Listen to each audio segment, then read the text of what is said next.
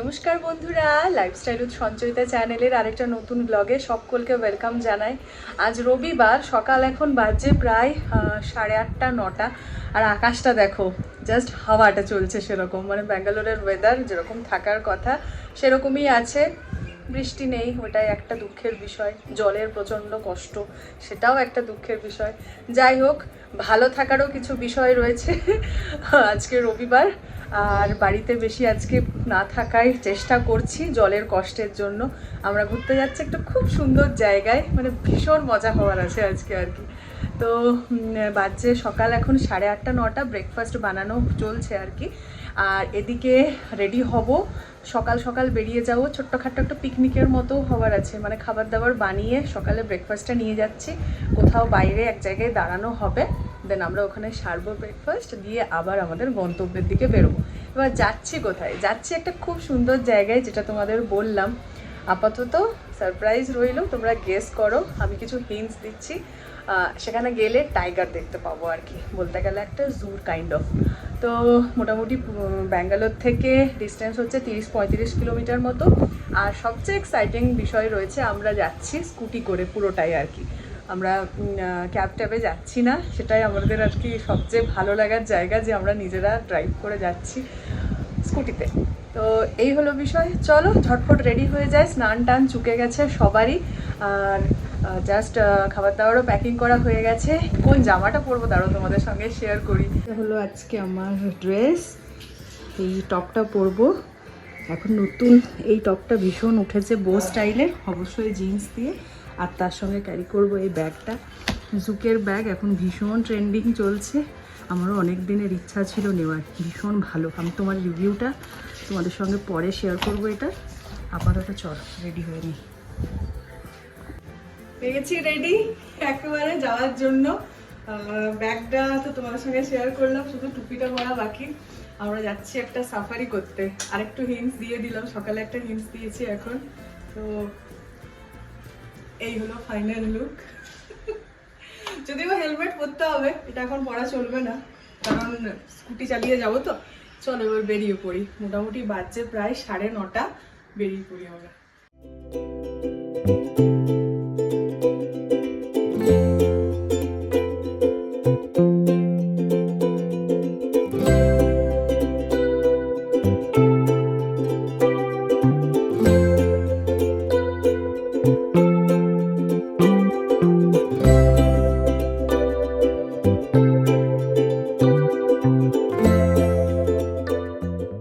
পৌঁছে গেলাম বেনারঘাটটা national park. আজকে আমাদের এখানে আসার ছিল। তো মোটামুটি বাড়ি থেকে 30-35 কিলোমিটার বলেছিলাম ঠিক, কিন্তু গুগল ম্যাপ যেই লাগালাম দেখলাম মোটামুটি 42 কিলোমিটার রাস্তা। 2 ঘন্টা মতো সময় লাগলো আসতে আমাদের। তো চলো এবার ভেতরে যাওয়া যাক। খাবার দাবার এনেছি সাথে করে, এরপরে সেটা ভেতরে খেতে দিবে কিনা সেটা জিজ্ঞাসা করতে অনির্বাণ জোজো ওরা গেল। আমরা একটু ওয়েট করছি, দেখা যাক কি হয়। আর মেঘ করেছে যেটা, সেটা তো বাড়ি থেকে তোমাদের দেখালামই, কিন্তু ঝিরিঝিরি বৃষ্টি পড়ছে এখন আবার। এটা নিয়ে একটু চিন্তার বিষয় হয়ে দাঁড়াচ্ছে। যাই হোক, চলো পৌঁছে যখন গেছি, ঘোরাঘুরি তো করতেই হয়। চলো।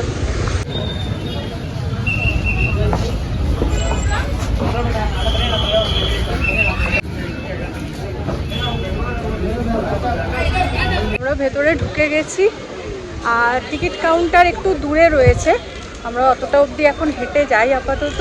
এক সাইডে রয়েছে খেলার পার্ক বাচ্চাদের, আর অপর সাইডে দেখতেই পাচ্ছ অনেক ফুড স্টল রয়েছে ছোট ছোট। তো টুকিটাকি খাবার জন্য ব্যবস্থা রয়েছে আর কি।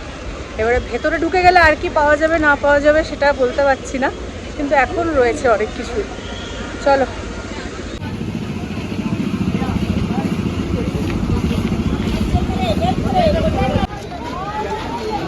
চলো, ভিড় ঠেলে টিকিট কাউন্টার অবধি পৌঁছে গেছি। আমরা রেডি একেবারে, টিকিট কাটা হয়ে গেছে, টিকিটে লাইন দিচ্ছিল, সেই ফাঁকে আমাদের খাওয়া দাওয়া হয়ে গেল। এবারে একটা জিনিস বলে রাখি, ভেতরে একেবারে মানে প্লাস্টিক ফ্রি জোন, কোনো রকম প্লাস্টিকের বোতল, তারপরে চিপস টিপস ওই সমস্ত প্যাকেট ম্যাকেট কিচ্ছু চলবে না। আমরা যা কিছু টিফিন বক্স এনেছিলাম তাতে সমস্ত কিছু ভরে দিয়েছি। একটু একটু বৃষ্টিও আরম্ভ হয়েছে। চলো আমরা এরপরে যাই। আর আমরা নিয়েছি জিপে করেই, ইচ্ছা ছিল যাওয়ার নন এসি জিপে করে সাফারি করার, কিন্তু অ্যাভেলেবেল নেই, ওই জন্য আমরা নন এসি বাসে নিতে বাধ্য হলাম আর কি। তো আমাদের 5 জনের টিকিট পড়লো। কত টিকিট পড়লো 5 জনের? হ্যাঁ আচ্ছা, 420 পার হেড। আর বিলো 5 ইয়ার্স টিকিট লাগবে না, পোগোর যেহেতু 5 ইয়ার্স হয়ে গেছে ওই জন্য পোগোরও টিকিট নেওয়া হয়েছে। চলো যাওয়া যাক।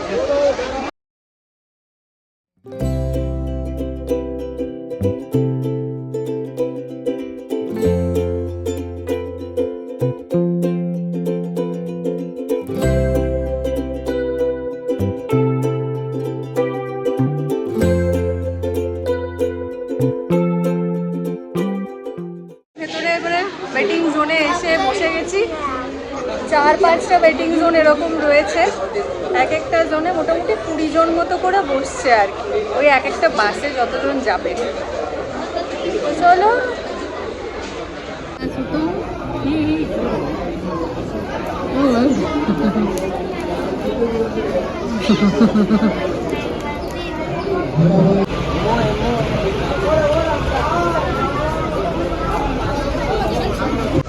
আমরা বাসে চেপে গেছি, মোটামুটি আধ ঘন্টা সময় লাগলো না আর কি বাস অব্দি পৌঁছাতে। তো প্রত্যেক ফ্যামিলি পিছু মানে 2 জন ফ্যামিলি মেম্বার হলে একটা উইন্ডো সিট, আর 5 জন ফ্যামিলি মেম্বার হলে 3টে উইন্ডো সিট। তো আমরা 5 জন আছি, আমরা 3টা উইন্ডো সিটে বসেছি। সবাই আর কি আলাদা আলাদা হয়ে গেছি। বেটুন আর অনির্বাণ বসেছে ওখানে, দিদি আর জোজো বসেছে, আমি এখানে আলাদা বসেছি। এই হলো আমাদের বসার জায়গা। চলো কিছুক্ষণের মধ্যে বাস ছেড়ে দেবে, আর তারপরেই কিছু সামথিং এক্সাইটিং জিনিস জন্য আমরা ওয়েট করছি। চলো দেখা যাক।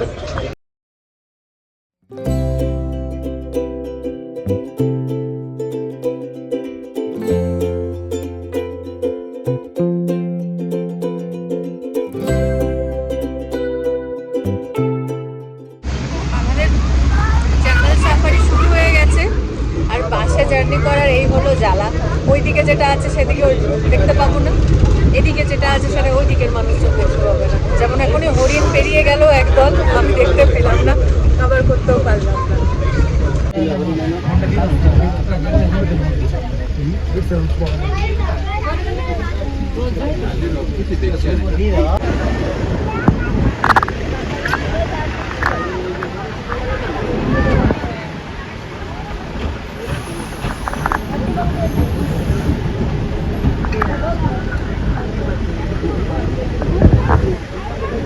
পদে পদে আমাদেরকে বুঝতে হচ্ছে যে আমরা তাদের জায়গায় এসেছি।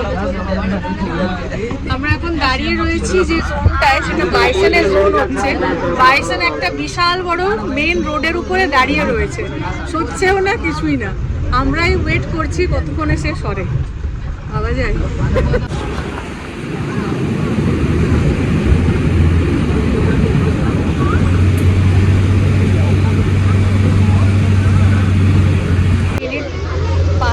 পর বাইসন আবার নিজের রাস্তা ধরলো, তারপর আমরা বেরিয়ে এলাম। চলো এরপরে আর কিছু ওয়েট করছে দেখি একের পর এক।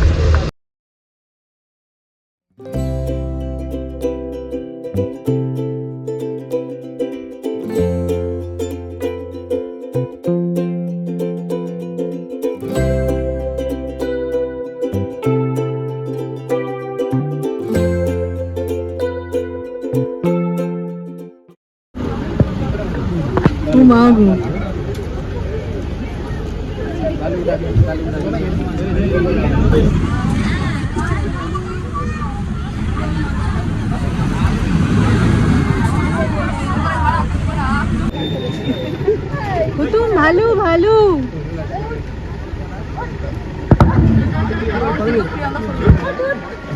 এই গুলো করছে। আর পুকুর পেরিয়ে আমরা এবারে কার্নিভোরের এরিয়াতে ঢুকে পড়েছি। তার মানে ভয় বেশি। তৃণভোজী প্রাণীদের তুলনায় মাংসাশী প্রাণী সব সময় বেশি ভয়ঙ্কর হয়।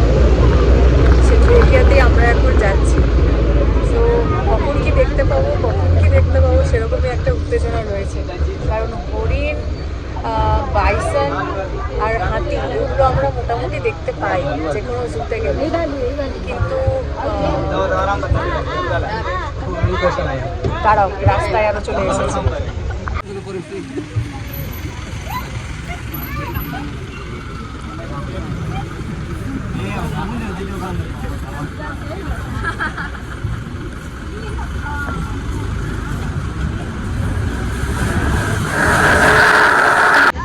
দেখলে এই মাত্র একটা ভালু একদম পাশ দিয়ে পেরিয়ে গেল।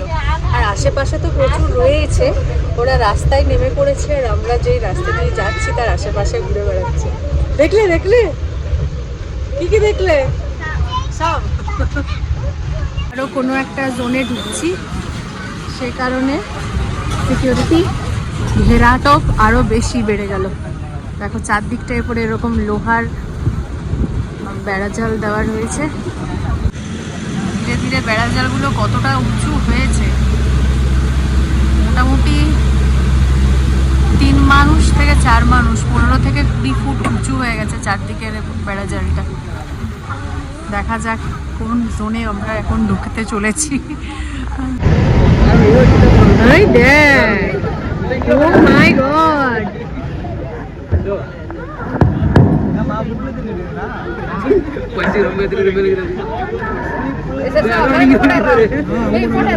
এ বাবা রে,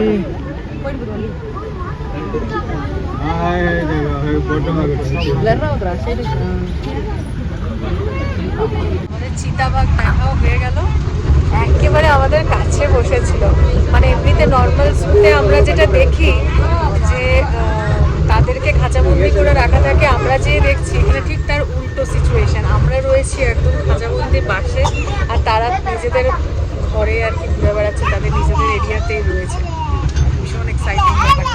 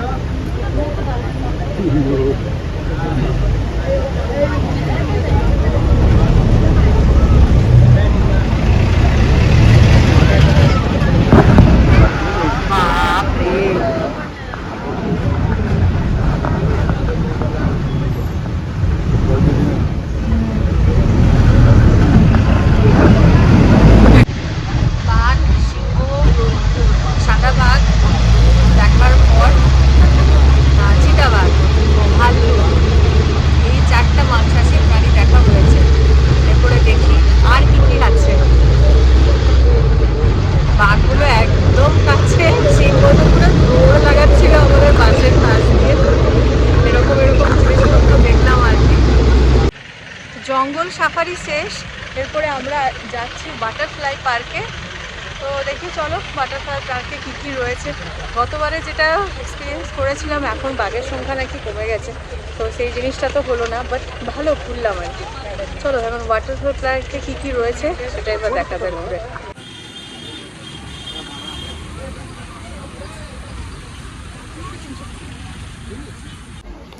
বাটারফ্লাই পার্কে ঢোকার আগেই খুব সুন্দর একটা জায়গা রয়েছে,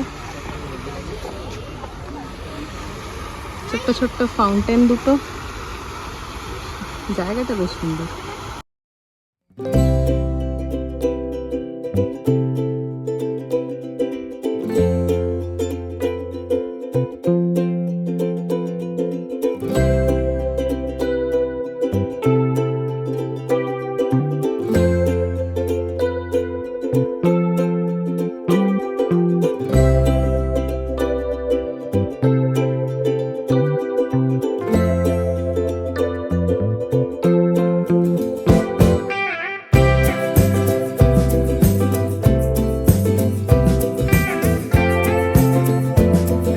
আমরা এরপরে বাটারফ্লাই পার্কের ভেতরে একটা ছোট্ট কি বলবো আলাদা করে স্পেস বানানো হয়েছে, যেটার ভেতরে নাকি প্রচুর বাটারফ্লাই রয়েছে, মানে অ্যারেঞ্জমেন্ট করা আছে। আদৌ সেখানে প্রচুর পরিমাণে রয়েছে কিনা সেটাই দেখার বিষয়।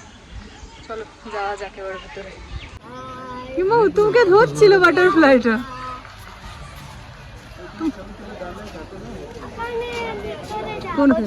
বিশাল বড় একটা বাটারফ্লাই এখানে করা রয়েছে, আর সেটাই হচ্ছে বাটারফ্লাই যে জোনটা সেটার এন্ট্রান্স। ভীষণ অভিনব জিনিসটা। ওখানে ছবি তোলার জায়গাটা এত ভিড়, একটা ছবি তোলার জন্য সেই অনেকক্ষণ ধরে দাঁড়িয়ে ওয়েট করা হচ্ছে। মনে হচ্ছে সেই দার্জিলিংয়ে গ্লিনারির রেস্টুরেন্টের সামনে ওই স্পেসটার জন্য কতক্ষণ ধরে ওয়েট করতে হয় একটা ছবি তোলার জন্য, ঠিক ওরকম একটা সিচুয়েশন।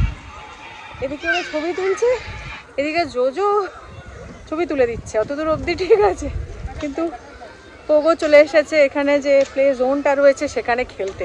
এবার এই জায়গাটায় ঢুকে গেলে না বের করে নিয়ে যাওয়া ভীষণ টাফ হয়ে যায়।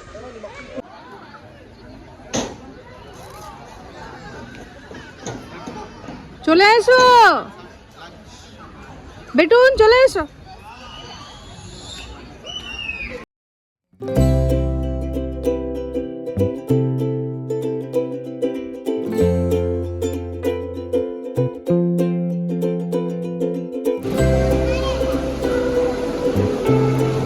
এক দুই তিন চার পাঁচ ছয় সাত আট, 8 ধরনের বাটারফ্লাই।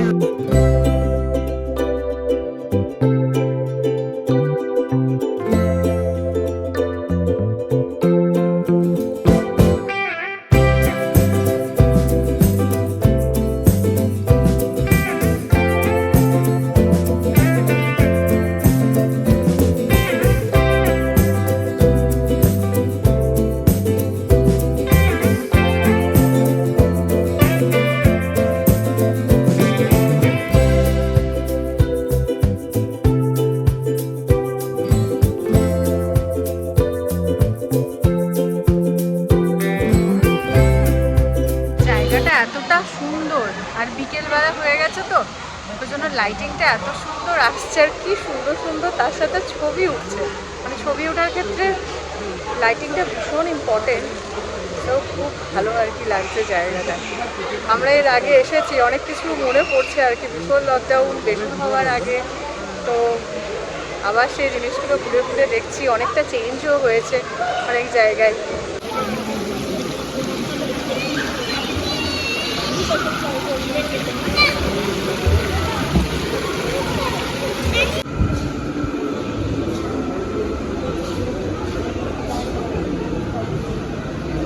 পার্ক তো ঘোরা হয়ে গেল, বাটারফ্লাই পার্ক আমাদের। তারপরে তার পাশেই একটা এরকম রুমে সুন্দর করে সাজানো রয়েছে। ছোটোবেলায় আমরা পড়েছিলাম প্রজাপতির জীবনচক্র, সেটাই বিভিন্ন ছবির মাধ্যমে ডেসক্রিপশনের মাধ্যমে সুন্দরভাবে বোঝানো হয়েছে আর কি। ভাল লাগছে বেশ দেখতে ব্যাপার স্যাপারগুলো, সুন্দর বেশ জায়গাটা। এখানেও 10-15 মিনিট সময় কেটেই যাবে আরও।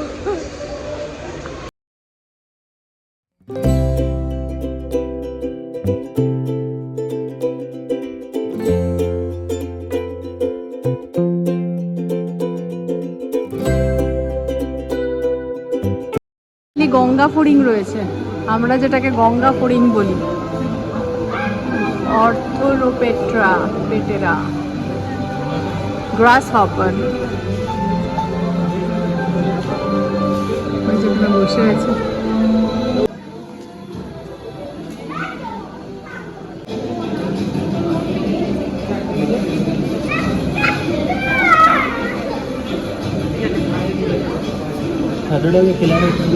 বাবা রে,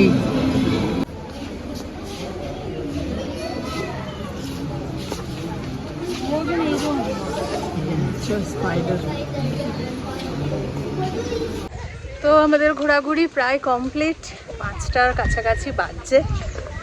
একটু বাইরে দেখি চাটা কোথাও পাওয়া যায় কিনা। আমার সেরকম দরকার নেই, দিদি আর অনির্বাণ সকাল থেকে চা খায়নি, সো একটু চা খেয়ে এনার্জিটা নিতে হবে, দিয়ে বেরিয়ে পড়বো এখান থেকে। আরও তো 1.5-2 ঘন্টা লাগবে, আবার এখন মোটামুটি সন্ধে হতে চলেছে, তো তখন তো জাম ভিড় সমস্ত কিছুই বেশি থাকে। আমরা এবার এক্সিট যেদিকে যেদিকে অ্যারো দেখাচ্ছে সেই রাস্তাটা ধরেছি। আর তা করতে যে আমরা এসে গেছি জুতে, মানে এবার দেখা যাক এখানে কি রয়েছে। আমরা চেষ্টা তো করছি বেরিয়ে যাওয়ার। ও জেব্রা রয়েছে, জিরাফও রয়েছে, বাহ বাহ। আমি সিরিয়াসলি আমি আজকে ভাবছিলাম যে সব দেখা যায়, জেব্রাও তো দেখা যায় না। না, যে কোনো জুতে অতটা জেব্রা জেব্রা পেলে দেখতে। আর ওইখানে আছে ওটা জিরাফটা দূরে, ওই যে জিরাফটা, একটু নাম বকবে নাম। আর এখানে রয়েছে জেব্রা। এখনো ব্ল্যাক এন্ড হোয়াইট জামানায় আছে।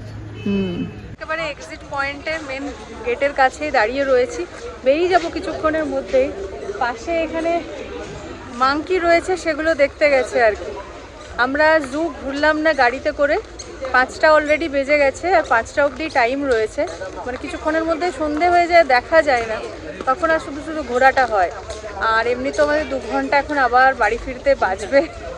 আমি আবার গাড়ি করে এসেছি, মানে গোটা ব্যাপারটা অনেকটা টাইম টেকিং আর কি। বেরিয়ে যাব ওই জন্য আমরা এখান থেকে। এরপর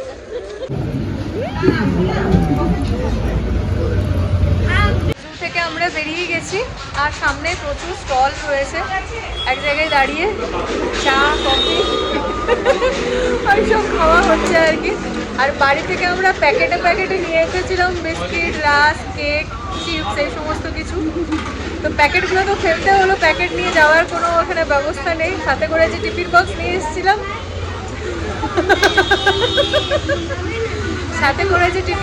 এসেছিলাম, তাতেই সমস্ত কিছু ভরা হয়ে গিয়েছিল। তো সেগুলোই এখন খাওয়া হচ্ছে। চাটা খাওয়া হলো, চলে এসেছি আবার পার্কিং জোনে, গাড়ি নেব। এবার এখান থেকে বেরিয়ে পড়বো। আমার তো গাড়ি যথেষ্ট পরিমাণে ফুল ট্যাঙ্ক করে আনা হয়েছিল, তেল রয়েছে, কিন্তু আমাদের ব্যাটারি স্কুটিটা একবার চার্জ দিতে হবে। 85 কিলোমিটার অবধি যায়, তো আমরা অলরেডি মানে আসতেই মোটামুটি 50 কিলোমিটার মতো হয়ে গেছে। তো একটু চার্জ না দিলে বাড়ি অবধি পৌঁছানো যাবে না। এখান থেকে 6 কিলোমিটারের মধ্যেই দেখলাম অ্যাথারের শোরুম রয়েছে, সে মানে অ্যাকচুয়ালি চার্জিং স্টেশন রয়েছে, সেখানে একটু গাড়িটা চার্জ দিয়ে নেবো। ফাস্ট চার্জিং হয় সেখানে, মোটামুটি 15-20 মিনিটের মধ্যে ফুল চার্জ হয়ে যায়। তো ওখানে একটু চার্জ দেবো, তারপরে আমরা ডিরেক্ট বাড়ির রাস্তা ধরবো। সারা দিন ধরে সুন্দর একটা ঘোরাঘুরির পর আমরা বাড়ি ফেরার রাস্তায় ধরেছিলাম, কিন্তু ততক্ষণে প্রায় ডিনারের সময় হয়ে গেছে। ঘড়ির কাঁটায় 8টা, 8:30। ভাবলাম সুন্দর কোথাও একটা ডিনারটা চুকিয়ে নেওয়া যাক, তারপরে বাড়ি ফিরবো। তো এসেছি আমরা বাড়ির পাশে একটা পাঞ্জাবি রেস্তোরাঁয়, একেবারে রীতিমতো খাটিয়ায় বসে পাঞ্জাবি স্টাইলের খাবার দাবার খাওয়ার জন্য। এখানে চলে এসছে স্টার্টারে 2টো পদ, একটা হচ্ছে মাশরুম টিক্কা আর একটা হচ্ছে সোয়া চাপ টিক্কা। তার সঙ্গে দেখতে পাচ্ছেনই আলু পরোটাটা, এটা পাঞ্জাবি মশালাদার পরোটা ছাড়া হতেই পারে না। তো সেটা 2 ধরনের চাটনি দিয়ে দিয়েছে, 2টো চাটনি ভীষণ টেস্টি ছিল।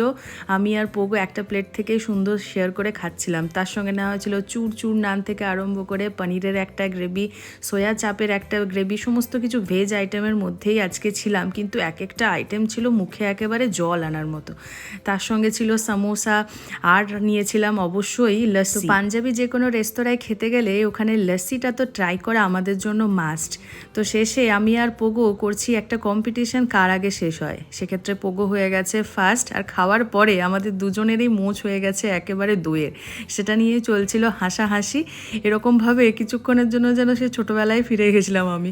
তো যাই হোক, চলুন, আমাদের ঘোরাঘুরি আজকের মোটামুটি কমপ্লিট তো হলোই। আর দিদির এইবারে ব্যাঙ্গালোর সফরে এসে এটাই মোটামুটি শেষ ঘোরাফেরা, তারপরে এবারে ব্যাগপত্র গোছাতে হবে। আজকের ব্লগটা এখানেই শেষ করছি।